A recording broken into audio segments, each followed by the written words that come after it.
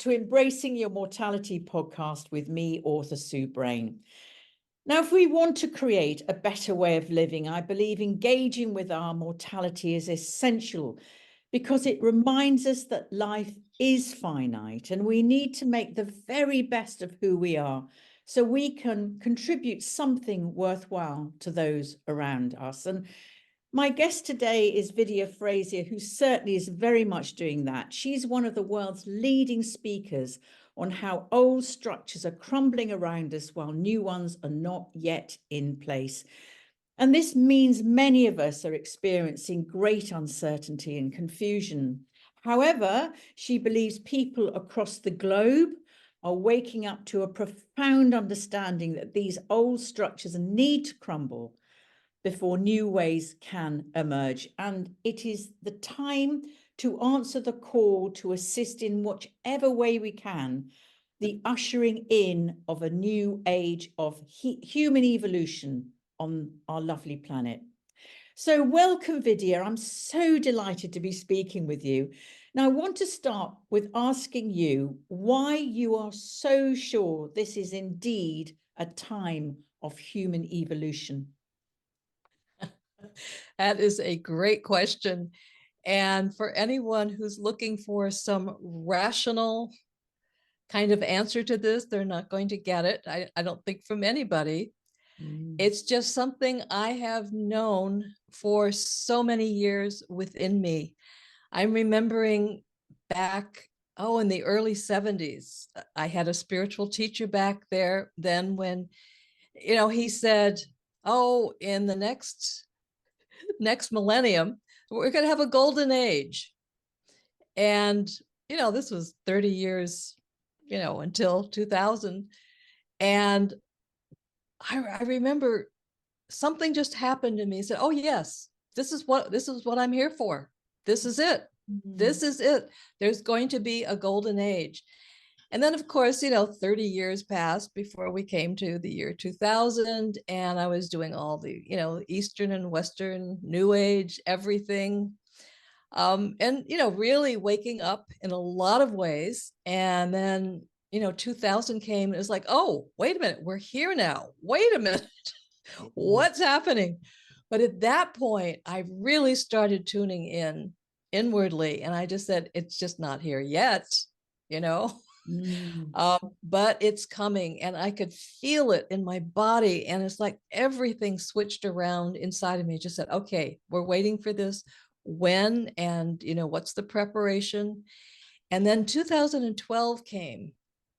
And actually, it was actually 2010, 11 when I first heard the term fifth dimension. And something in me said, this is it. This is it. It's a whole new dimension. This is the wording. This is the paradigm that really works. And I felt at that point, especially 2012, that two different timelines began, like a whole new one. And the best way to describe it was, we're, if you're on this timeline, you're in the fourth dimension now. We're moving toward the fifth dimension. What do you mean? Just for people to understand, right? How would you describe the fourth dimension, and actually, what's the difference between third, fourth, and fifth dimension? Right. A lot of people use these terms, so it's a really good question, to ask me how I use them. The fourth dimension to me is not a change in our physical reality. It's a dimension of thought, a dimension of consciousness. And a lot of new veils have been pulled aside. People are tuning into new things in consciousness, but the old 3D world is still going on, this physical world. And the 3D world that we've been in is not only, a physical kind of limited world, it's also been controlled by forces, from thousands and thousands of years ago, have held us in control in a certain way where we haven't been able to evolve very easily. And this is what I see is really going to be, has been changing since 2012. And especially this year, we are being put on turbocharge. Things are shifting really, really quickly. And there are a lot of people who are still on that 3D timeline. They are going somewhere else. A lot of people call it a new Earth. Other people call it another planet. Who's to say, we can call it whatever we want, but it really feels different from those of us who are, we kind of know who we are. We have been evolving. We have been, picturing this new Earth and not really understanding the 3D Earth we've been born into. It's like, what is this thing called war? Why do people hate each other? What is this? We've never quite related to it. And we're on this timeline now that is moving very closely, very quickly, to a whole new, what's been called a dimension. It's a dimension of consciousness and our physical reality. We are bringing our physical bodies with us into this new dimension, which will be, governed by love and, compassion and justice and, all the things that we've always dreamed about. The higher forms of human Yes. consciousness, isn't it? Yes. I first came across all of these teachings and when I started reading Dolores Cannon. Right. Oh gosh, I mean, she was sort of like back in the 80s. Yes. And I was really curious about that. And also my old teacher, Stuart Wilde, used to talk about this back in the 80s. Right. So you get ready for this time. And I used to think, oh, well, whatever. and sort of like a bit like right. you. And then must have been 20 years ago, more. No, more. There was this call, there was this discomfort. I don't know if you experience it, this unease or this sense of I am being called to something which I don't know what it is. Did you feel? Right. Well, I have felt that, like I said, since the 70s. Yes. In the 90s, I had a huge awakening into, a higher dimension, whatever you want to call it. Yeah. And also a lot happened in the 90s on that level of consciousness, and we all reacted the way we did.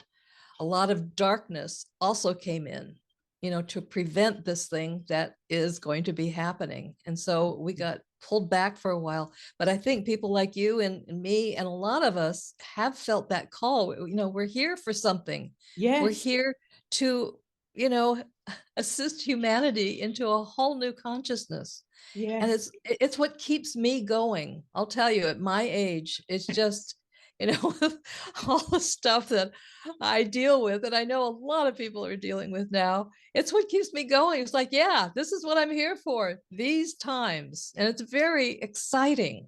It is. It's sort of, it's certainly this sense of meaning and purpose is very prominent for me. Yes. And I feel like I now know, I don't know what's going to happen. I've no idea. But I think like you, there is this sense of, I know I'm here to do something in this evolutionary, whatever it is. Yes. I'm not, maybe I have a different interpretation of what it is that you have, but I know something. Yes, Happening. exactly. Humanity cannot go on like it is doing. Yes. Yeah. It's dying.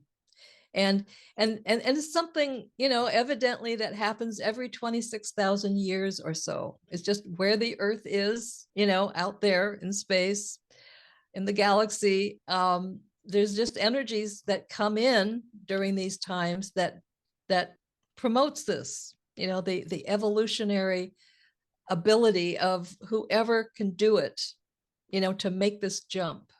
Do you think then, I mean, for me, my understanding it as an astrologer, this is to do with the precession of the equinoxes, the giant 26,000 year cycle, and the yugas.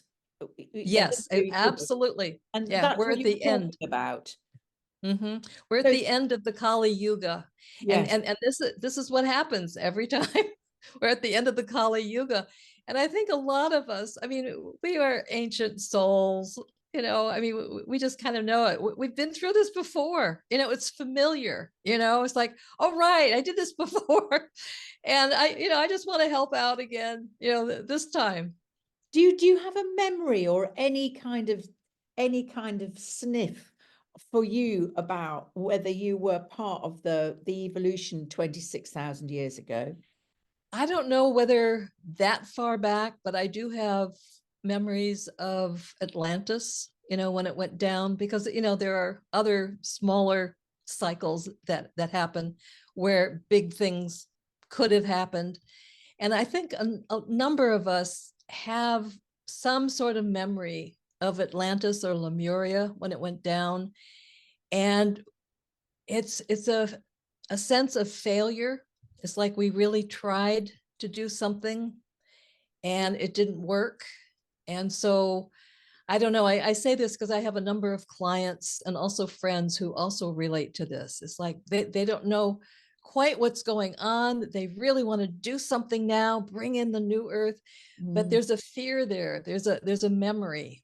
And, we all just sort of have to, if it comes up, just be with that and let ourselves know these are new times now. It really is different. Yes, I was recently with people that weren't answering the call, I'll put it that way. Yeah. And it's quite a different experience to Yes. be with people who, I don't want to be judgmental about whether people are awake or No, not, but certainly it's just, it's who, different. Yeah. it's just different. And Yeah. and there is this sense of, gosh, they haven't moved on at all. And Yes. a sense of digging in. And I get Uh-huh. that because it's frightening, isn't it, Vidya? Oh, It's yes. scary. Oh, it truly is.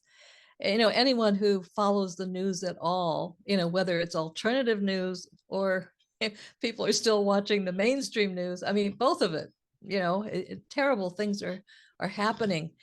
And, if you don't have this higher vision, it's hard for me to imagine, like you say, how do they make it? I You don't know, know. yeah, it's just, but they really are on a different timeline.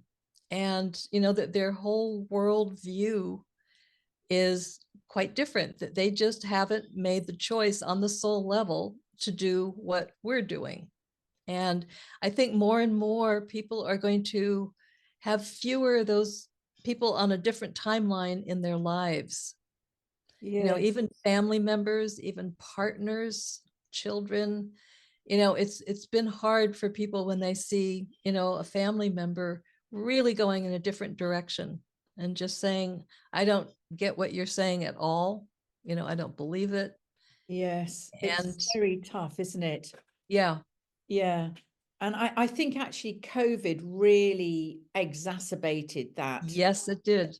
And Mhm. in lots of ways, some of it was Mhm. really, really challenging. And Yes. we've still got the residue of that.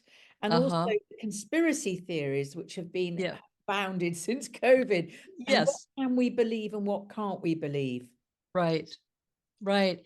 And so many of the conspiracy theories have suddenly become, oh, conspiracies, I mean, if you really follow, and I'm just saying you can't believe anything completely, but there are so many things that, were said to be theories in the past that are now, oh yeah, right, so if you get too caught up in that, you can really get confused and off of your path, the way I see it. It's good to see, oh yeah, there's a lot of confusion out there. We don't know what's true anymore. That's what happens at the end of the Kali Yuga. But I'm going to stay on my path and just keep tuning in to what I know to be true, simply because it's in me and it has nothing to do with what's being told to me online or on TV or anything. It's Yes. just, it's my truth. And that's what's getting clearer and clearer for us, I think, as we keep shifting into a higher frequency, the old stuff that kept us in darkness is really falling away now. It is and it leaves us in confusion to some extent because we are shifting and our mind is going, what is going on? And with our bodies, because our bodies are shifting. But when you really tune in to your inner knowing, that gets clearer and clearer in my experience. I would call it, I was talking to a Buddhist just the other day about what enlightenment is in these days. Because see, the Buddha taught his version of enlightenment thousands of years ago.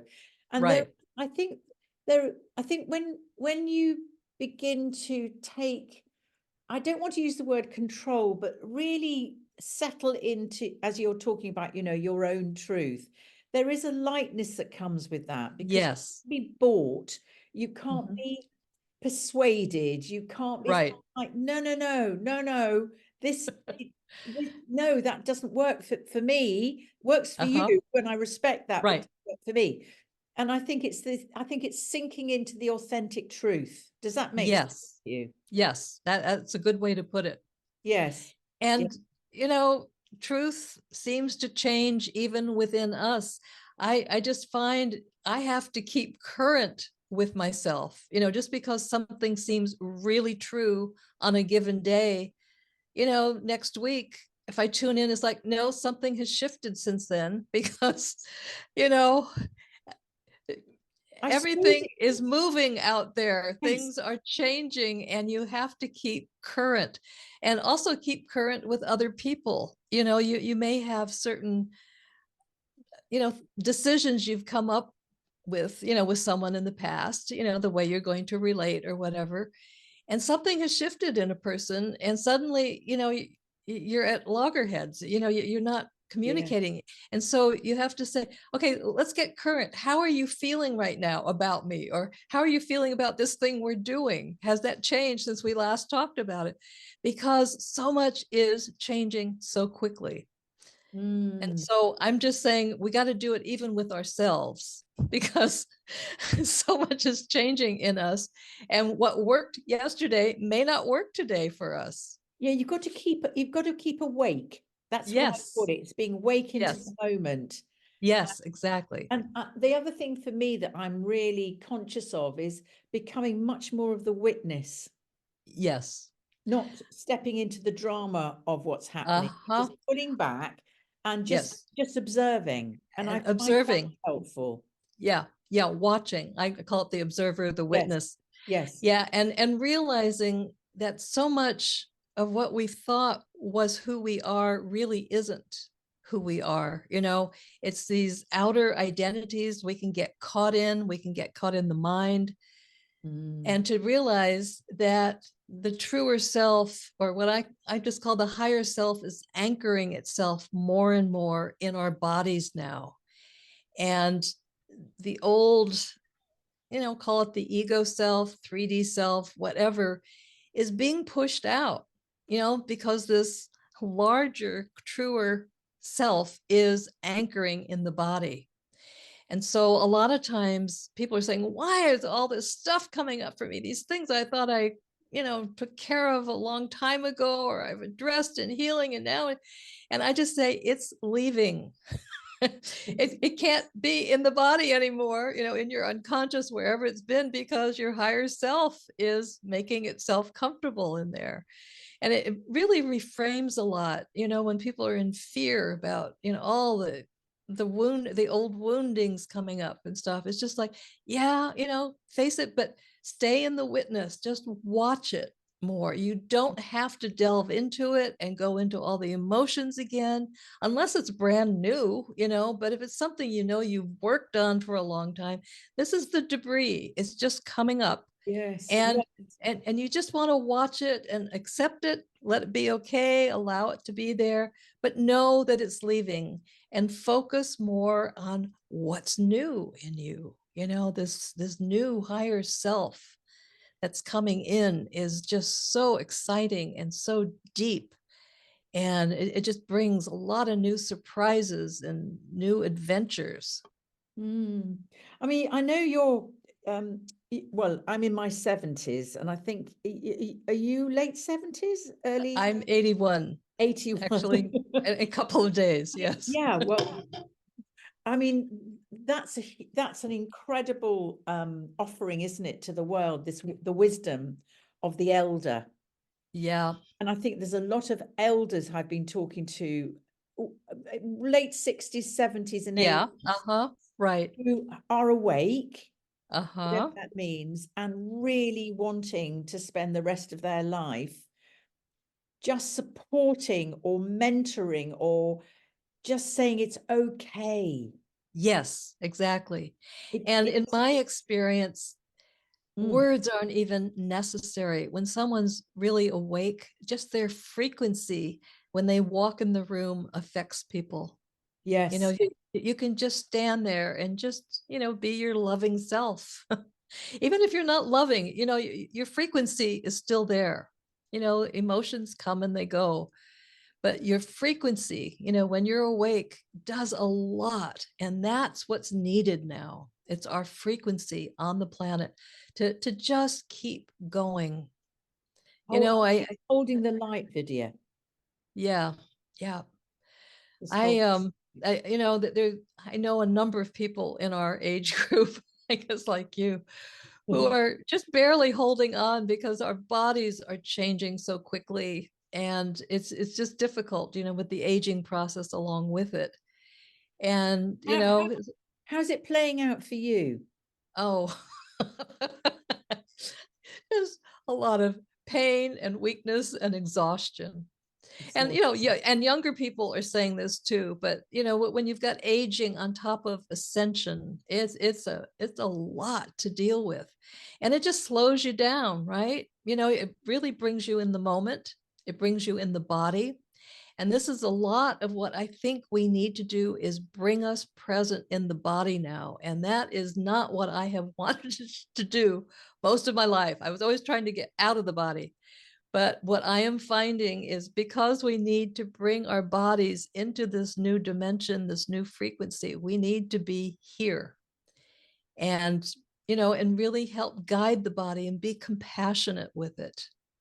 Can you talk a little bit more about the exhaustion? Because I really resonate with that. Oh, It yes. isn't an Oh, exhaustion, I'm tired. It's an exhaustion that goes behind the oh, eye, absolutely. into the It's soul. all, And all parts of you are exhausted. Yeah, I, it's an old thing, and I've been saying this for years. Exhaustion is an ascension symptom. But these days, and especially since the eclipse, something really, really shifted. Wonderfully, it really pushed us forward, I think. But a lot of people are saying, oh my God, I can barely get out of bed. I'm exhausted. And I just say, this is a time when you can get as much sleep and rest as possible, and don't judge yourself for it. The mm, body is doing its very best to make this ascension process work for it.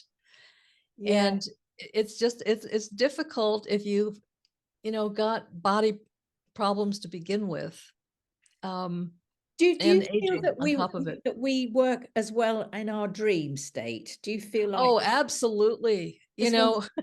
You can sleep for 8 hours and wake up exhausted, right? I mean, it's like we don't stop. What do you but, think's but happening? Well, I just think, on all the other levels where we go, when we drop the body, there's work to do too. Sometimes we're doing work with other people on other levels, or just with ourselves. I think it really depends on the individual. But I have found I can ask myself and my guys, there's sometimes I just say at night, I say, I really need to rest tonight. Can we just do it? And it works. Mm, Or great there's bit. sometimes, when my day is really full, I just say, please give me all the energy, help me do this, with my body. And yeah, it shows up. Yeah. Um, and a lot of our guides, have never been in a human body. They don't really know what it's like here. So, I always say, we're the ground crew. We all have guides around us, but we're like a team. and we're all doing something together, but we're the ones here on the ground. And some of them, like I say, don't really quite get how difficult it is here, in these dense bodies. Mm. So, they're learning, we're learning, but we have to communicate and just say, hey, this has just been too rough for me. I need a break. Yeah. And it's surprising, you'll get it. They'll say, oh, okay, okay. Other times you'll wait and say, oh, I can do a lot today, and then things start showing up for you to do. Yes, it is interesting, isn't it? The sort of the sort of sense of surrender, I suppose, in knowing that actually there's absolutely no point trying to control anything Yes. anymore, Right. and Right. just Yeah. allowing the flow of the universe to do what it needs to do. That's Yes. it. Right. And learning to follow the flow. When people are trying to make decisions, I just say, where is their movement? Where is their flow? You go with that. Yeah. And also, where is their joy? Follow the joy, follow the energy. Mm. Don't keep pushing up against something that's not working, that's saying, no, this isn't the way. It's guiding you. And it's the energy, when there's a flow, just go with that. So there's that surrender, but it's also an awareness and a choice to go with the surrender. You know what I'm saying? It's not Yes, just a I giving do. up surrender. It's a very alert surrender. It's like, okay, Yes. I'm watching to see where to go, but you stay conscious. Yes, yes. It's a very interesting, it's very interesting becoming conscious that it's so difficult to put into words, this, isn't it? It's such an existential Yes. experience. And what Uh-huh. that's how I'm experiencing it. But sort of this sense of there is this flow happening, and there is, and something big is happening. I mean, you have to be an ostrich with your head in the Yes. sand not to know something Right. again happening, Exactly. whether you accept that or not. But I think when you accept it, it is this sense of, as I said, like becoming the witness, and this sense of there is absolutely no point in trying to control anything, nothing. Yes. That's so, People are it's me. so hard for people though. Yes, it's Yeah. I think I think there are, without controlling it, but there are certain choices you can make. yes, yes, They're smaller choices, but our larger path is set pretty much. There are other little timelines we can go out on, but our main timeline, we're on it now. We're being pushed forward. And like you say, surrender it's the easiest it's easy, but yeah, choice to make. Just far from whatever's being happening. Oh, specific, isn't okay, it? all right. And also to really have the trust that what is happening for you really is for your highest good, to get you where you essentially want to get and need to get to. This is the best path for you, and it may be really uncomfortable for a while, but Yes, looking at what you need to do, there are a lot more uncomfortable paths you could be taking. So you just trust, okay, this is temporary. I'm going through this. Yeah, I can do it. I know I can do it. And you just keep moving forward. And sure enough, you look back, oh, I did it, over and over again. it's knowing that you're going beyond the small me, that Yes. life is all about me and what I want, Uh-huh. that and the other, Right. and Uh-huh. the sense of being, I suppose you could call it higher service if you like. I mean, Uh-huh. that could be an expression, but the sort of sense of I'm here to serve something far greater than me. And Yes. we're Uh-huh. talking spiritual legacy, because I mean, personally, I do believe my physical body is going to die, and I do believe that. Yes. I Uh-huh. know lots of Right. people don't, but I do. And for me, that feels like I'm going to make the very, very best of what I can while I'm still in a physical body. Yes. Right. Right. And it doesn't, I'm not saying I don't believe in death. It's just that I think a lot of us will probably be living longer than we've anticipated. Those of Yeah. us who are really here for this, and that we will be assisted along the way. whatever is needed for our bodies. But, even if, we were to die, we'd still be doing it just from a somewhat different place. Who knows? And I do think we have exit points, that were set up at some point. And I know when I've come to one, a couple of times where I did have a choice, I could have left, and I made the choice to stay. So, I think we're being helped in a lot of different ways. And again, it's the trust and the surrendering that is just really important. I had a very extraordinary experience yesterday. I had an exit point. I could have, yeah, I mean, I was an inch away from being killed in a car crash. Oh my gosh. Oh, seriously, an inch. I've never, ever Wow. had a near a miss in Yeah. my Wow. 40, Wow. 50 years of driving. It's never been. Yeah. And to the point I thought, oh, here we go. And then Yep. the car got past me.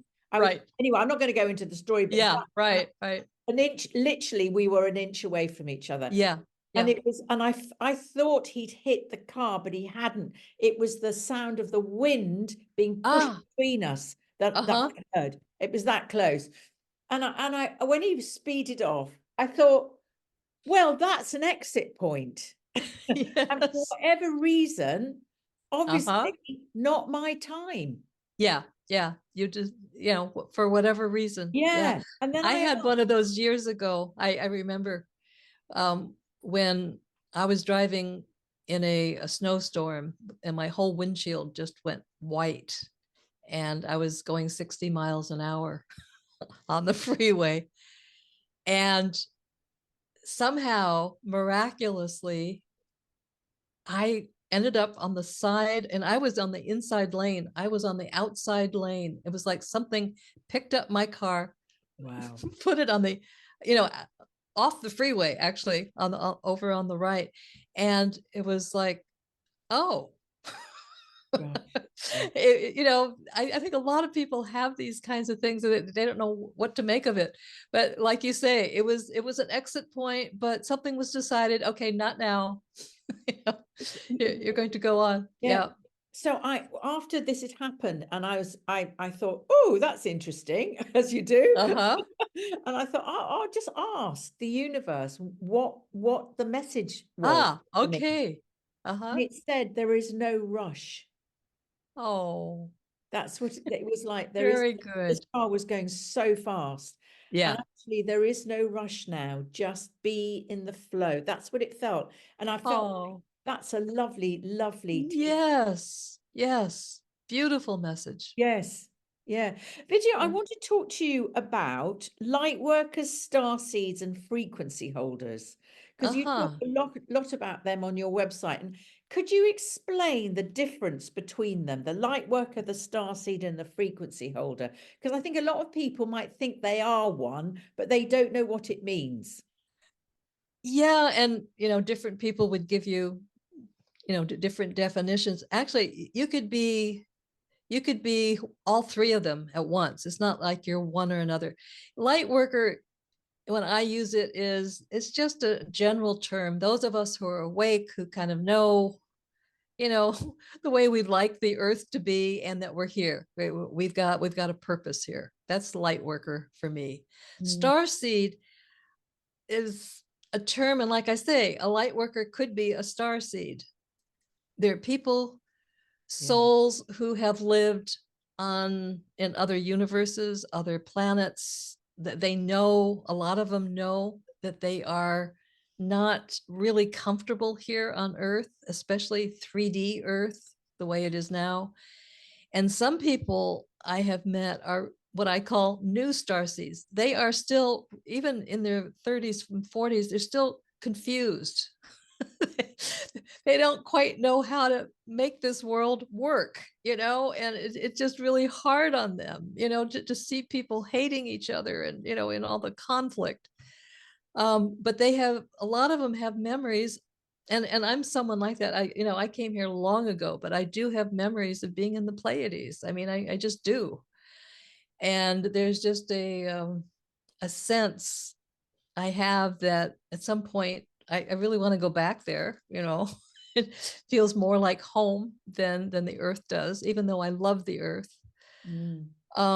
And what was the third one? Oh, Oh, well, the frequency frequency holder. holders. Yeah, there are some people who you know, look at people who are really out there doing things, creating new things and doing podcasts and, you know, all these things. And they just say, you know, I don't know what my purpose is. I don't feel like I can do all that. And, you know, they're just here to hold the frequency. You know, Mm. there are people who meditate a lot, who are just Yes. kind of quiet. And I see them, you know, for the people who are out there doing things, these frequency holders are kind of batteries for them. You know, they're creating this frequency that the you know, the ones that are out there are using. So That's that's the way really I use the interesting. terms. I love that. Do you know what Yeah. it reminds me of? It's in the old days, medieval days, when people went into convents and monasteries, they were Uh-huh. holding this, they were holding the frequency of belief. Yes, right. They were, that's what they were Uh-huh. doing. And Yeah, it that feels a was their bit like job. the frequency holders here, although they're not in convents, or they might, Right. but they're Uh-huh. probably not. And I love the fact that they are modern day holders of that energy. Yes. Yes. That's a lovely thought. I love that, because I think that sort of allows people that they're not out on the streets or not Yes. Right. doers. Yeah. It Yeah. enables them then to have the permission to be okay. The fact that they do, Yeah. they do meditate, or they do. Yeah. Or, Yeah. or they're just, you know, you can be a really ordinary person, but, you know, there's that heartfelt Yes. loveliness about them. And you just know Yes. that it's a frequency you like being around, and you can feel it coming off of them. Yeah. And, you know, you feel good around them. Yeah. It's a quietness, isn't it? Yes. Fun. Yeah. Vidya, I Mhm. know that I'm just conscious of time here. You do a lot of work with people. Would you like just to explain what you offer in your Okay. work and your Yeah, session? there are actually three different things that I offer. One is called quantum healing, which I know a lot of different systems are called quantum healing.